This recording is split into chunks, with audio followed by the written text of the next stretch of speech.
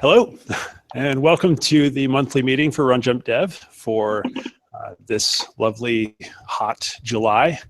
We're here at BCTC here in Lexington, Kentucky, and we have the wonderful Cody Starcher on the line. He's going to be joining us in just a moment. And before we get started, I wanted to let you know about a couple of events that we have coming up and going on. Right now, you can go over to Living Arts and Science Center where we have Rules in Play. It's an exhibit for interactive art with a focus on expression through interaction. And that'll be running through August, but there's a Discovery Day on the 3rd of August, which is a Thursday, where the exhibit's open a little bit later if you can't get there during the daytime. We also have this upcoming weekend, we've got a real-world meetup for the Ludum Dare Game Jam. That's a 48-hour game jam if you want to come out and make some games. I believe that's going to be hosted at Super Soul. And you can get more information on our website or our mailing list. And then this fall, we've just put on sale our tickets for Lex Play, which is a public-facing gaming convention. This is where you come to play games, or if you make games, you come to show your games to the public. So we're excited to be doing that for the second year. That's, I believe, in October. You can check lexplaycon.com for more information about that. So without any more delays, I'd like to introduce Cody Starcher. He is the producer at Multivarious Games, and he's also one of the organizers for GDEX, which is a fantastic gaming convention up in Columbus, Ohio. Oh, nice. Oh yeah, no, it's a great event. I've been twice or 3 times now, and it's getting bigger every year, and top quality stuff if you're a developer or if you're interested in checking out the regional game dev scene and what people are working on. So I'll turn it over to him and let him tell you a little bit more about it. Sweet. So hey everybody, as mentioned before, my name is Cody Starcher, and I did an introduction in the PowerPoint, so let's just go into it. Today I'm going to talk about being a game developer and going to conventions. So I've created a PowerPoint aptly named How to Never Enjoy a Convention Again, and why that's a good thing. So let's start this off with why should you listen to me? And you probably shouldn't, but it's all right. But I'm going to tell you anyway. So my name is Cody Starcher. You can follow me on Twitter at CodyWasHere, was being WZ. I am the producer of Multivarious and our current project, No Mercy. And I was formerly and jokingly our community overlord. So a big portion of what I did was about building the local community here in Columbus in Ohio and trying to put a spotlight on Midwestern development in general. Because of that, I am one of the co-organizers and also the exhibitor coordinator of GDEX. So it is my job to make sure that all of our exhibitors are taken care of and have a good time while they're at the show. And I'm also one of the co-organizers of COG, which is essentially the Columbus version of RunJumpDev. So I do a lot with the community, which is really cool. But let's just get right into this. So there's a lot of steps when it comes to exhibiting, but the first one that you really have to think about is just the planning before it. A lot of people just kind of go for it, they have fun, but there's a lot of like hidden costs and stuff like that. So the first thing that I always recommend to developers is try to bring multiple people with you, and that's you need help load in, load out, and honestly being able to create shifts so that you're not working the show the whole time is always a huge thing. Finally, there's a lot of hidden costs with kind of the expo scene. So on top of buying your booth and buying extra passes if you need those or whatever, a lot of venues actually don't provide electricity. So look into electricity and internet costs. But then there's also things that aren't necessarily affiliated with the show. So transportation, lodging, food, alcohol, super important on an expo weekend. And then one of the things that I've learned with this year with GDEX is do not rely on the internet. So for convention centers, the internet is ridiculously expensive. So I think we were quoted a 50 megabit dedicated line was like almost $40,000. So try as hard as you can to make demos that do not rely on the internet. And absolute worst, most convention centers and some of the bigger venues will have cell repeaters. So try to find out what cell carriers work best in that space for mobile hotspots and stuff like that. And then you also want to plan on plenty of promo materials, which deserves a slide in of its own. So there's plenty of kind of promo materials that you can go after. So traditional print materials, flyers, banners, displays. Typically, I always recommend for our exhibitors to try to work with local printers. So here in Columbus, we have quite a few local printers. They give you really high quality stuff. But a lot of us, at least from my personal experience, we wait till the last day, and Staples same-day printing isn't actually that bad, albeit a little bit more expensive. So as a worst case scenario, you can always get some cheap flyers for Staples for a pretty decent price. You also want to try to work with some interesting giveaways if you can, if it fits inside your budget. So the go-to that a lot of people will love and use and kind of rep your brand for months after the expo are buttons. So we actually use Uber Buttons, which is a site. You just download a Photoshop template, and it kind of lets you make everything perfect, do text, all that kind of fun stuff. So check out Buttons. Making postcards. So if you have a really good art talent on your team, or if you're really proud of your art style, make an art print into a postcard and then put information for your game or your company on the back of that. And what's going to happen is that people are going to want to hold on to the postcard because it has pretty art, and then on the other side, voila, there's all of your information for the games. And then finally, looking into t-shirts. So there's a lot of online screen printing companies that you can do t-shirts for, albeit expensive. And then, as always, work with your local printers, local screen printers, whatever. But doing things like running promotions or trying to do contests, or even some people just want to buy t-shirts if they like your game so much. So always having a couple on hand never hurts and can always drum up more business. And then the last and final thing that, in my experiences, a lot of people either forget to bring or they just kind of give you one that's pretty useless, is making sure that you have some form of business card. And on that business card, you need to have your company, your full name ideally, an email, and then whatever website for whatever you're talking about. And then ideally also having social media and a phone number as an optional kind of add-on. And then finally, the best thing that I've learned for business cards is leave the back somewhat able to write on. So leave it blank, put a small logo. If you're going to put a design, make sure that like a color can go over it. And the main reason for that is that when you're going out and networking, people like to write on the back of them. And so it's always important when you're going out and kind of talking and exchanging business cards, leave some space on the back. And also when you get business cards, carry around a pen or a Sharpie or whatever so that you can write notes about who it was, so that you'll kind of remember the interaction and be able to follow up with them a little bit more efficiently than if you hadn't. So when you're actually exhibiting, I always recommend for people to show up early and stay late. And the important part of that is a lot of shows do, early media hours, early press hours. And I actually just came back from a show where they did that, but didn't tell the exhibitors. So to the people who didn't show up early, didn't even know about that and lost the opportunity, I ran into a couple like pretty high profile YouTubers, a couple media sites who came back and interviewed me about the game. And a lot of people missed that because either they weren't informed about it or they just couldn't show up, early enough to make it. So, and then staying late again, sometimes press or all access will be able to kind of stay open after hours to check out games if they were going around. And it's also another kind of great way to meet other exhibitors who are just kind of coming off their day. So that's my kind of next bullet point. Go just meet some other exhibitors. So get friendly. You will have people next to you. You will have your neighbors. So go talk with them. Go hang out. Go play their games. Go try them. And then I put don't stay home in question mark or quotation marks. So you don't want to go and go back to the hotel. I know that it's super tiring for people who have exhibited in the past, and sometimes all you want to do is go to bed. But going to things like exhibitor mixers or the various parties or whatever, is a great way to meet, other exhibitors, other people from the show and other VIPs from the show. So it's a great form of networking.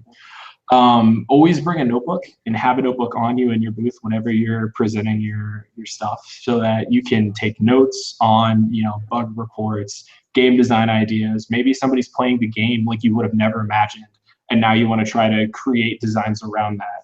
I can't tell you how many like awesome notes I've gotten just by showcasing our game No Mercy and seeing somebody who has never played the full game before, but loves a game similar, or maybe has never even played that genre before, and how they approach things. Always keep promo materials close at hand. So when you are exhibiting and when you're showcasing the game, always make sure that you have something to give to them while you're talking. Most people will, if you're kind of talking, even if they're kind of so-so about it, they'll still take some sort of promo material, and sometimes they throw it away, sometimes they keep it and look at it later, but it never hurts if you print out enough, and if you have enough, just kind of make sure everybody's getting them as they're talking so that they walk away with something. One of the things that I've noticed just with GDEX, and I think this is super important, but like, try not to sit. I know that it's really hard. You're standing for 8 to 10 hours a day, but kind of being up and active and being in your booth and trying to get people in is super important, and is going to make your booth look more lively even if nobody's there. And then a couple last ones. You always want to try to create a draw. So when Multivarious does our booths, we always try to do something to get people in. And I've seen a lot of different other things happen. So for us personally, we have an artist who does a lot of Twitch streaming and has a pretty good audience built up from that. So we set her up with a monitor and her tablet, and we just let her do live drawings of concepts or assets or whatever. And so it creates this kind of live game dev experience, which to a lot of developers is like, oh, okay, that's nice, you're being productive. But to a lot of attendees, that's really interesting, and they get to feel like they're a part of the development by sitting there and watching it. I've also seen things like competitions, so high score attacks to win a t-shirt. And then we actually, I went to Replay FX with the Cleveland Game Devs, and we brought a PA system and some DJ equipment, and we just started a dance party in the middle of the exhibit hall. So whatever you can do to get people to your booth and have a good time, you have to. And then the last kind of bit of advice that I learned from, I believe it was the Dragonfin Soup people, is to do a formal debrief with your team after the expo every night. So sit down, if you have a team, sit down with them and ask them, what's the best thing that happened today? What's the worst thing? What's something we can improve upon? To have those conversations with people, and you'll start to find out, oh, hey, maybe, I found out that if I present the game like this, people react to it much better. Or, maybe the section on level 3, you need to tighten up those graphics. And so it's one of those things that's super important. But the most important thing about exhibiting at an expo, take a lot of water and vitamin C. You can avoid the con crud, I promise. And a little hand sanitizer never hurt either. So do that. So I started this entire kind of quick talk about why you're going to hate going and attending expos. And this is all about exhibiting so far. So if you're just attending conventions, whether you can't afford it or you can't get a booth space, every year as a team, we try to go to PAX East. And I have come to find that I no longer go for enjoyment, but I go to meet people and network and have a good time. So along the same lines of when you're exhibiting, always make sure that you have promo materials or business cards by hand, just close to you, and have a good system for it. So I always wear a jacket with a couple extra pockets on the inside so that I can put people's business cards in one pocket and have my own in another. So I can quickly pull out a business card, hand it to somebody, get it back. And it works really well and really efficient when just kind of having a conversation. I don't have to stop the flow of communication just to be like, oh, hey, wait, hold on, let me get to this, whatever. Try to go to everything afterwards. So in the same way how when you're exhibiting, you shouldn't try to, just go home. Try to do research and figuring out what's happening when and how you can meet people. Last year at GDEX, we actually had Damon Hatfield from IGN, who's one of their big hosts and producers, kind of come to the expo. And the reason why we did that is because we ran into him at one of the IGN parties and kind of got a chance to get in and talk with him about it. So even if it doesn't seem like it's going to be, anything crazy, you never know what connections you'll make there. So I always try to recommend, even if you stop in for 15, 20, half an hour, go in and just hang out at the parties or see whatever's happening. The thing that's pretty easy for most people is find the indie section of the show. So when I go to PAX East, I spend zero time pretty much in the front half of that show because it's all Xbox, PlayStation, Nintendo. But the problem with that is that none of the devs are there. And so just being able to go to things like the Indie Mega booth or PAX just started, the PAX Rising, you'll be able to go through and really find the developers and be able to talk to them. And not only will they really appreciate, particularly from you as a developer, being able to talk with them a little bit deeper than what they're used to and kind of breaking their train of the normal pitch. But it's just super interesting for you to be able to chat with them and figure out a bit more about the game and maybe learn a few things for your own.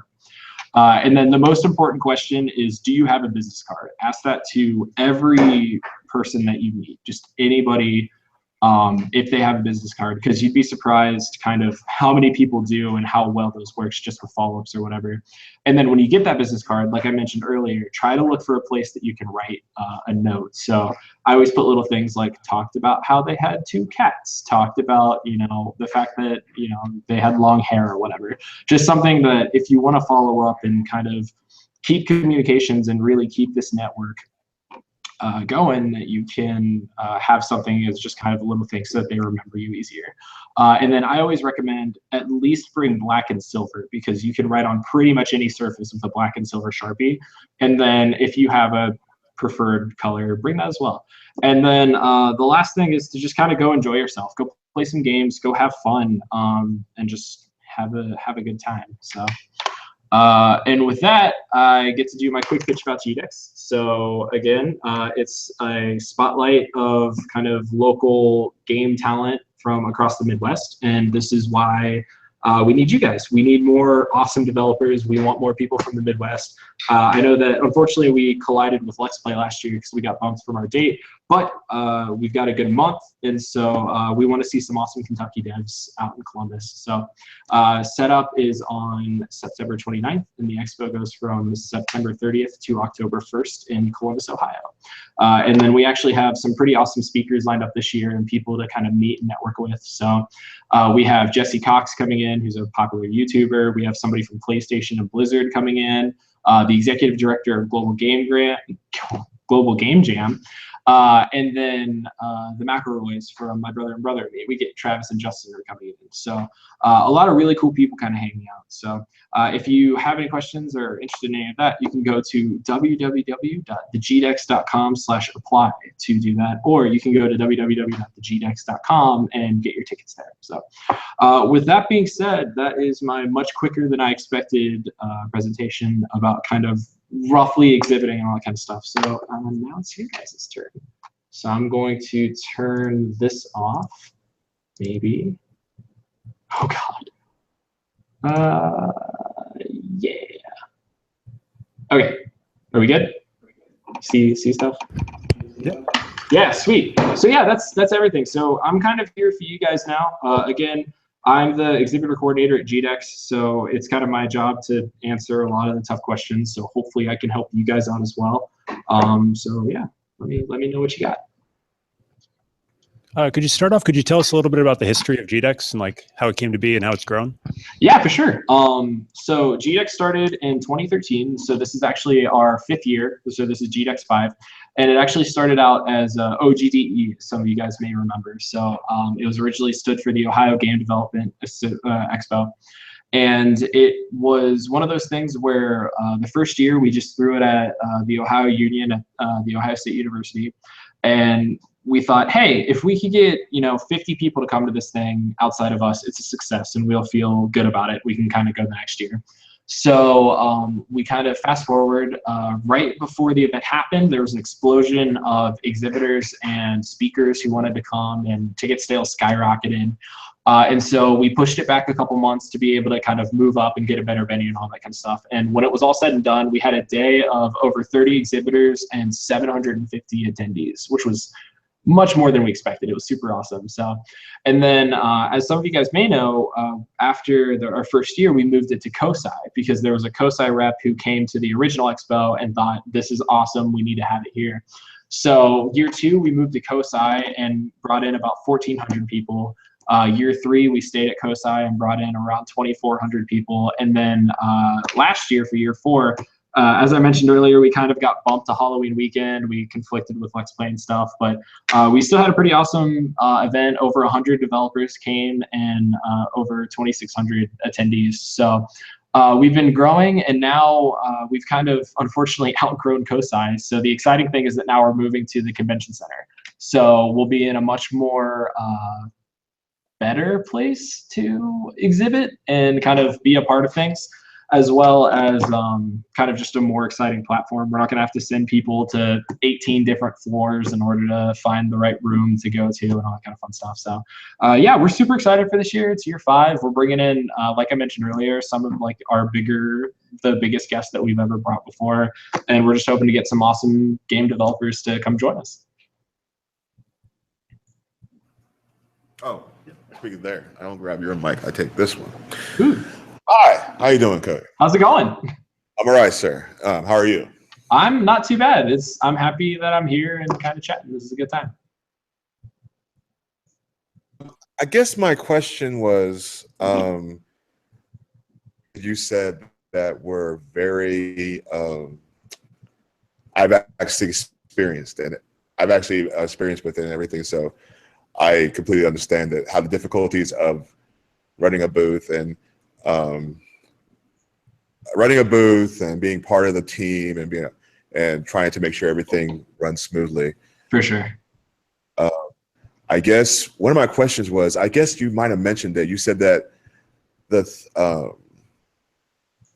you said somebody that you worked with in the past talked about having meetings after the day.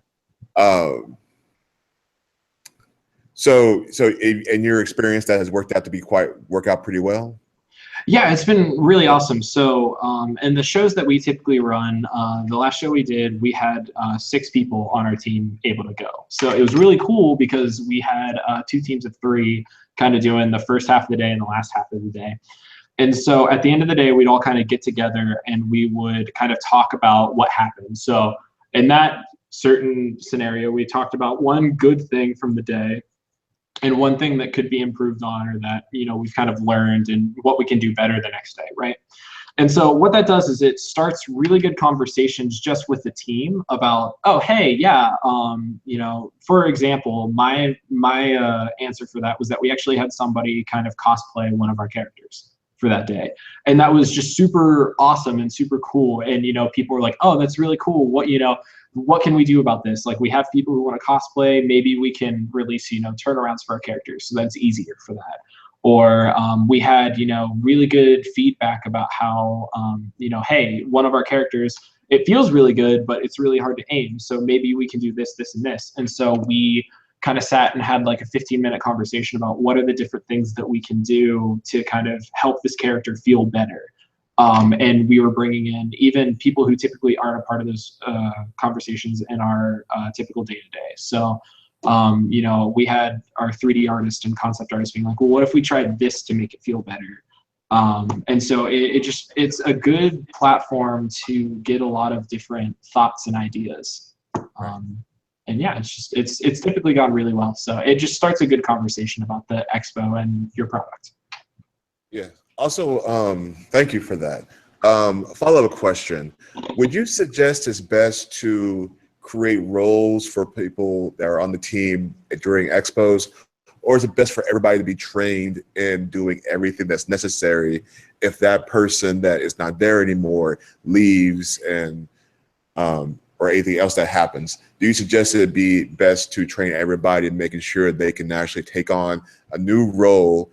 Or do we just, well, I mean, what is your thought about that? Yeah, totally. So that was one of the things that I actually had in my original copy of the slides, and then I cut it for space reasons. But when we typically do an event, we have various roles, right? So we kind of establish, oh, okay, I'm going to be the one who's kind of running demos, and we have somebody kind of out on the floor, you know, close on the exit of our booth, trying to get people into our booth and then giving them to me.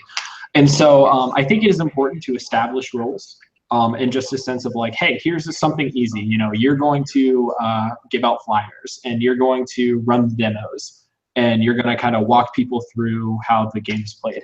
But at the same time, don't try to make them like incredibly specific so that the role would be hard to fulfill. So for ours, it was one of those things where it's like, my job was to run the demos, right? So all day I'd be getting all of these people kind of handed to me and being like, okay, cool, play the demo, play the demo, play the demo. But if I had to, walk away to run to the bathroom or take a phone call or whatever, it wasn't a hard thing for somebody else to quickly step in and be like, oh yeah, I know how the game plays, go like this, go like this. So I think it's super important for you to have roles and just have a general idea of what you're going to be doing the weekend, but definitely be able to kind of tag in and out if necessary. All right, cool. Thank you, sir. Really appreciate it. Not a problem.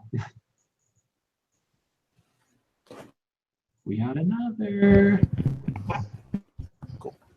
I was wondering, so on the organizer end for the expo, yeah, when scheduling things like, when certain events happen or like when a speaker is or when there's a cosplay competition throughout the expo, is there any kind of magic to figuring out like when to put what where? Is there a thought process to it, or is it just whatever?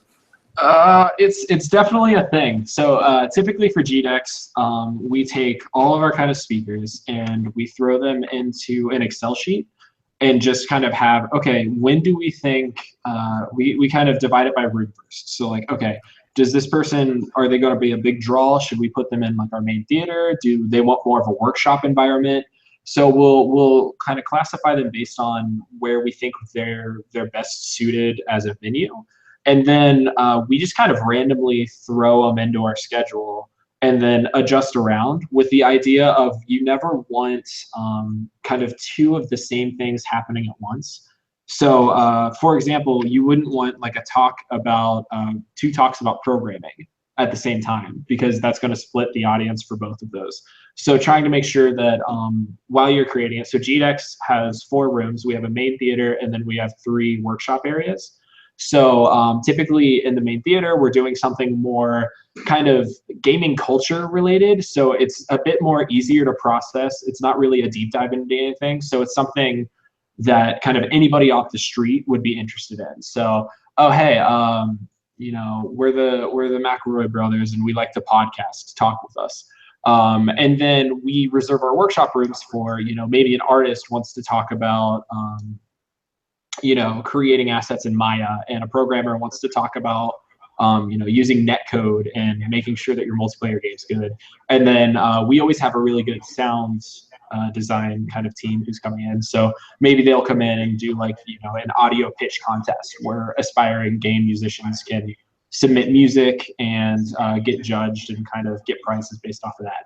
So when we do a lot of our scheduling, it's definitely much more on the making sure that kind of the genre doesn't conflict, and trying to make sure that if we have, a really big draw happening. So if we have like, kind of our keynote, and we know that a majority of the people are going to want to go to that instead of anything else, making sure that we kind of plan for that so that it's not just, 400 people in one room and then nobody else in any of the other workshops for people.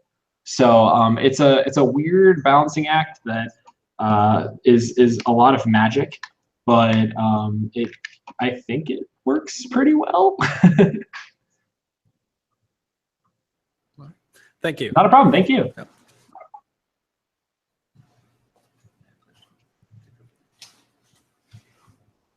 Hey, so how do you plan for the demo when you're showing off your game? What do you include in your demo? What's your approach to what content you have, how long it is, that kind of thing? Yeah, for sure. So for our demo for No Mercy, we created a vertical slice. So we went, okay, what do we want this game to be? How do we want it to play? What are the kind of the core features to us? And then we put that all inside a 2-level kind of demo, right? So show off different environments, vastly different worlds, a couple different bosses. So our demo runs about 5 to 10 minutes, depending on how kind of quick you are, and it supports multiplayer. So typically we have one setup of the demo kind of running at any given time. So when we went to kind of planning that, it was more of just really sitting down and, like you should for the game overall, we sat down and tried to figure out, okay, what is our scope for the vertical slice? We know we want to have local multiplayer. We know we want 2 characters that play differently. We know we need 2 bosses that are pretty different from each other. And then we use that information to kind of drive the rest of the development and plan things out. So from there on out, you just kind of, it's a lot of, once you get like a base demo. Hi, Chris. So once you get your base demo done, always be sure to kind of have that on backup. So I was talking about when we went to Indie PopCon, we had all these new changes and we had some really cool visual effects, and we were switching over to a new level design system, and it was all great, and it crashed our entire build the day before we were supposed to go. So always make sure that you have a backup that you can kind of roll back on just in case before you start doing crazy edits right before the show. Don't fix bugs in your hotel room. That is one of the worst things you can do. And then I guess maybe a little bit about the physical setup. Like, do you have, how do you set up monitors and things like that? Do you have multiple stations or just like one station with a big TV? You know, can you talk about that? Yeah, totally. And now I feel dumb because I didn't include something like that in the presentation. So there we go. So we have TV stands. If I wanted to be a jerk, I could run out and grab one. But you can get pretty decent like rolling monitor stands from Amazon for like 80 to 100 bucks. So we bought 2 of those for 2 displays. And traditionally, we will have one monitor kind of playing the game at all times. So we do multiplayer, and then we'll typically reserve off that second monitor for other kind of activities going on. So sometimes it'll be, like I mentioned earlier, we do a lot of live game development stuff. So sometimes our concept artist will be sitting at the desk kind of drawing, and you know, we have a screen for her. Sometimes we'll just be kind of mirroring the gameplay so that people can kind of walk past the booth and see it without having to like look over people's shoulders. And sometimes it'll just be like, you know, promo footage or even a second demo. Traditionally, when we set up one demo just because it's easier for us to have one person running a demo at all times instead of having like 2 people trying to run it simultaneously and get people in and out. So it's definitely not the most efficient in getting people in and out of your booth, but we found that it works out pretty well for us. And then, yeah, having something to really draw them in. So we have a really big monitor. And again, you know, we have art assets being created that kind of people go, oh, that's interesting. What is this? Or, you know, we'll have multiplayer, and we'll kind of move one of the screens closer to the outside of the booth so that they can see it a little better. So that's kind of our basic setup.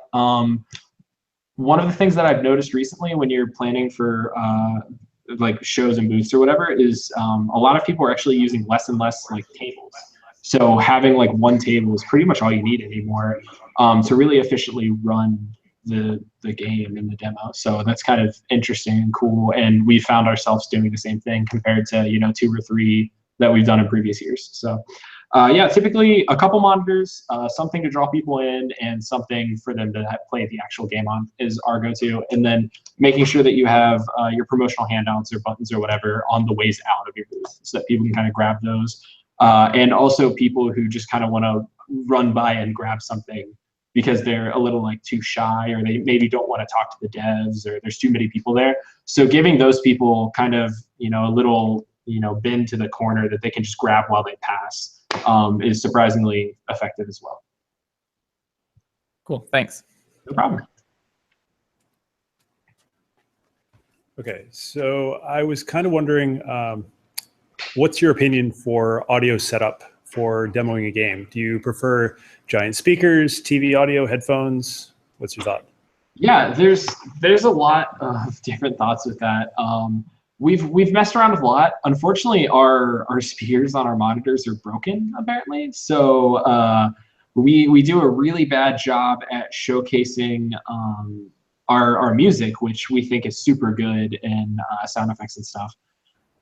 So it really depends on what kind of setup are you going for. So for a game like No Mercy, which is a co-op brawler, we kind of want people standing together, multiplayer, and it kind of takes away from the experience if they're wearing headphones. So in that case, yeah, either doing some form of, you know, speakers or putting it up a little bit making sure that it's kind of not the only thing you can hear, so that you as a runner can still kind of talk to them and they can talk to each other. But if you are making like a strategy game where people will kind of really get into it, then yeah, you might want to give them headphones and give them a chair and let them sit down and really kind of, play the game for 15-20 minutes. So the audio really just depends on what kind of game you're making. But typically my rule of thumb is if it's something kind of involved that you want to be really involved in, then give them headphones. And if it's something that is kind of more fun and on the like co-op or partying side of things, give a speaker at like a medium volume so that you can still easily talk over it. Because even just normal talking level after 72 hours, your voice is going to be dead. So the last thing you want to do is be screaming over speakers the whole time. Cool. Yeah. I was also kind of wondering, so you do the exhibitor coordination for GDEX, right? Mm-hmm. So you're talking with a lot of teams about their needs and things when they want to show at the show. What are some of the more interesting things accommodations you've been asked for, whether you've been able to grant them or not? Yeah, the more interesting one recently is we had one exhibitor who, instead of a table, he wanted to bring in like a statue of his character to hold the computer. So it's just like this booth where you walk in and there's this like figure of a dude just holding the computer. One of the things that I have learned, and I do myself, so I'm just as guilty, but a lot of people like to ask for forgiveness and not permission. So there's definitely been a lot of scenarios where I've kind of walked in and I'm like, okay, yeah, this is the setup. All right, cool. Let's run for it. Let's run for it. But I love it when exhibitors get creative and do kind of weird things with their booth. One of my favorite exhibitors in years past is Smiling Cat Entertainment, and he was making a game called De-Hoarder. So it's a game about kind of you are a hoarder, you live in like this crazy house that's filled with trash and stuff that you can't get rid of, and you have to slowly kind of pick up small things and throw them away and work your way up to throwing away the big stuff.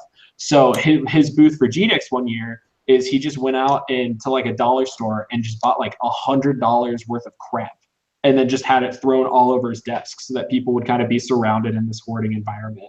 And it was this great booth environment of just, oh, okay, cool. I've got to learn to throw stuff away while I'm covered in junk, and this is great. So I've seen a lot of really cool booths, but not a lot of times there are exhibitors like, oh, hey, is it cool if we do this? They just kind of do it. And don't tell anybody, but I kind of love that. Okay, so Two Scoop Games over in Louisville, they would like to know, what is your favorite ice cream? Mint chocolate chip, by far. Cool. It's important. So mint soft serve, if you've never had it, it's God's gift to the world. Where do you get that? I had it once so I was a student at the Ohio State University, and we had like a soft serve machine in our commons, and one day they had mint ice cream, and I cry every time I think of that day because I've never been able to find it again. So on top of that, I don't know if you guys have them down south, because it's a pretty like Pittsburgh and Columbus thing, but there's a place called Rita's, which is custard and Italian ice. And when everybody comes to GDEX, you guys need to go to Rita's because it's some of the best ice cream ever. Cool. Two Scoop said they will see you at GDEX. Yeah. They had one other question. With GDEX and other dev-centric events, what are the most important benefits a small studio can get out of networking with other developers in similar boats? For sure. So that's one of the things that I've always enjoyed about GDEX is that we started out very dev focused, and we're trying to grow into something that's definitely dev focused and kind of audience focused, and trying to create this cool meld and hybrid of things. But for events that are more dev focused, honestly, you can never have too many friends. It's kind of how I like to view things. So even little things like, before this happened, I was texting J Kid at Wraith Games about like, hey, I'm doing this thing. Where do you get, you guys always have t-shirts that you're giving away. Like, where do you get your t-shirts printed? And so he kind of quickly responded back like, oh yeah, we work with a local developer, but we've also done this and this and this. So even just for like little things, just kind of knowing developers is super important, because, they know somebody who knows somebody who knows somebody. And particularly for me, who is, an exhibitor coordinator at GDEX, the more people I can kind of meet and get in front of, the more cool people who I can try to bring in, and the more awesome speakers I can bring and stuff. So, but I think just for any developer, it's important to have people who can get your back. It's important when you launch a game, they'll celebrate with you. And when they launch a game, you'll celebrate with you. And you see that a lot in like the kind of mainstream indie dev scene, where like, Shovel Knight is in, oh God, what was the game that he just got put into? I'm totally blanking, but Super Meat Boy is another great example, where you have Super Meat Boy, and then you can unlock, the character from VVVVV, and all these kind of different little callbacks to other games and stuff like that. And that's really awesome. And it's because, you have these small community groups of devs. And, the fact that I can come here to RunJumpDev virtually and talk, I wouldn't be able to do that, like, if I didn't meet John years ago at one of the earlier GDEXs and stuff like that. So as far as like dev related stuff goes, it's super good to build up your friends. It's nice to meet and kind of learn from these people. And then we also try to create a place where you can kind of go in and build a fan base and start a community and stuff like that. So one of the things that I always try to tell game developers when they're trying to exhibit is, do not expect to like make money from this endeavor, even if your game is out. Your goal is to get people who think that it's interesting and can remember you. And even if they don't do anything, Indie PopCon was a great example, where we had a lot of people who we went last year, and so we had a lot of people coming to our booth and they're like, hey, I played this last year, I totally forgot about it, like, it's so much better. Oh, you guys have pre-orders up? I'm going to pre-order it right now. So even if it doesn't relate to like immediate purchases, it relates to the long term of people kind of remembering who you are and you getting your name out. And that's super important in kind of the game dev field. So just networks and meeting people is always, the most important thing that you can be doing at conventions, which was kind of the point of my whole talk. Yeah. So I do the same thing going to PAX East. I go every year with a couple of friends and pretty much spend 3 days in the mega booth. Yeah, 100%. Here, hold on. I can show my awesome. Oh God, my desk is a mess right now. So every year I go to PAX, I just have like crazy amounts of business cards. I'll try to see if that shows up, but like you just get a huge amount of business cards and literally just little notes on the back of them about who they were and why they were important, and little conversations. And it's just super awesome going in, and you're surprised some of the people who you meet. You meet people and then like their game explodes in 6 months, right? So it's one of those things where I've met developers who they're working on this really interesting game. They're like, hey, this is really cool, and then next thing you know, the game's being played by Markiplier or Jacksepticeye or being featured on Kotaku and IGN. It's like, oh, hey, that's awesome. So you send them a little congratulation note, and it's cool to kind of celebrate with people, and they'll celebrate with you, which is awesome. Yeah, and to reinforce what you were saying about having something to take away, a couple of my friends run a podcast, and going around the show floor, like they're collecting takeaways from things that they played because they want to talk about it. Like, yep. And that's how they remember. That's how they keep track of what they've seen and who they've talked to. I tried to set up XSplit before we got this running, and I couldn't get it working, so that I could do like showing things at once. But you always got to have like a really pretty promo card or something, so that when people kind of see the game, maybe they don't even like the game, but they see the art and they're like, hey, that's really pretty, I'm gonna go hang that up on the wall or whatever. And so, you kind of get people who would just take the things because they look cool. So having really awesome, I think having a really awesome art print allows you to put a lot more information and screenshots on the back for people to follow up on. And then having something like a button, which I don't have one close to me, but having something like a button is really cool because you give it to people, and people at cons adore buttons. So it'll immediately go in their bag, it'll go in their jacket. and that's not going to come off until it falls off. So you literally just have a walking billboard for you now. So it's super important to kind of have little takeaways like that, and they're cheaper than you expect. So we can walk away for like a couple $100 and have, you know, more than enough buttons and more than enough postcards for the next 3 events. What's your favorite video game? Anybody? Wait, I want you to answer that. Oh, me? One of the best. I just finished Persona 5, and I really enjoyed that, but that game was like way too long. So Persona 4 is probably one of my favorites. And then I'm always a sucker for like GTA 5. I thought was incredible, and Borderlands 2 is one of my favorite games. So it's a weird mix, but definitely the Persona series. Persona 4 Dancing All Night is really good. It was much better than it had any reason to be. So the art style for your game is very pretty.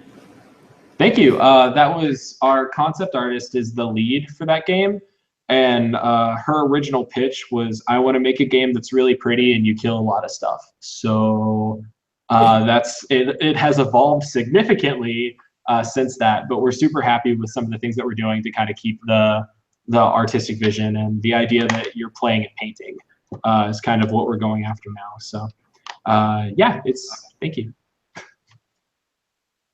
Sure. Yeah. How do you approach getting guests and panelists and celebrities, I guess, for your show?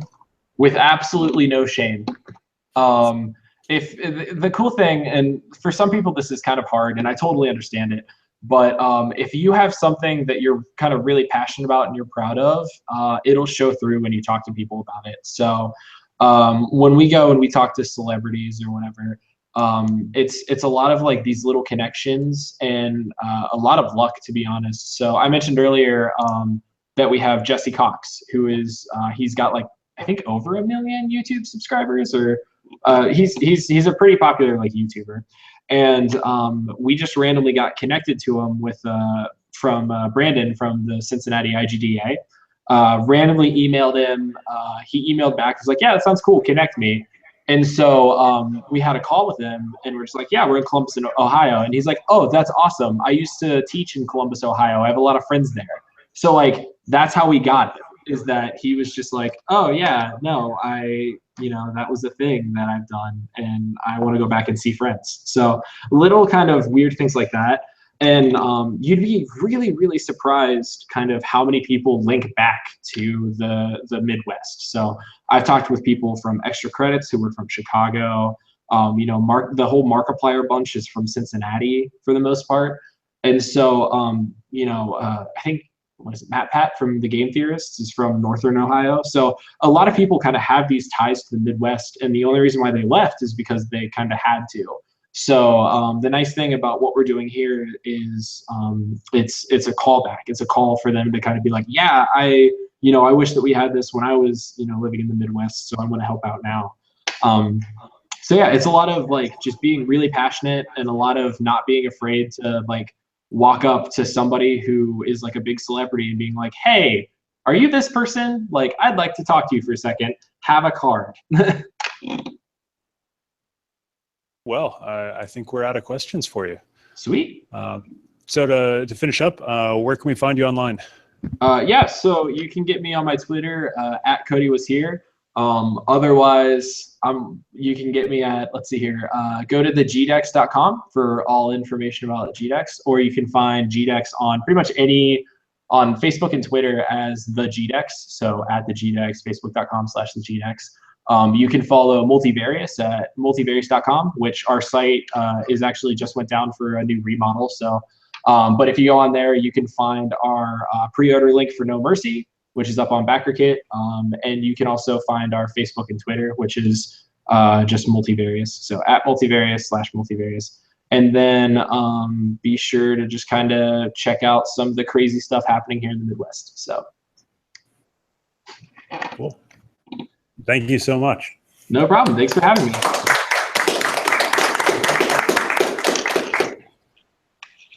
All right. Well, that's that's the end. That's all we have for the July monthly meeting for RunJumpDev.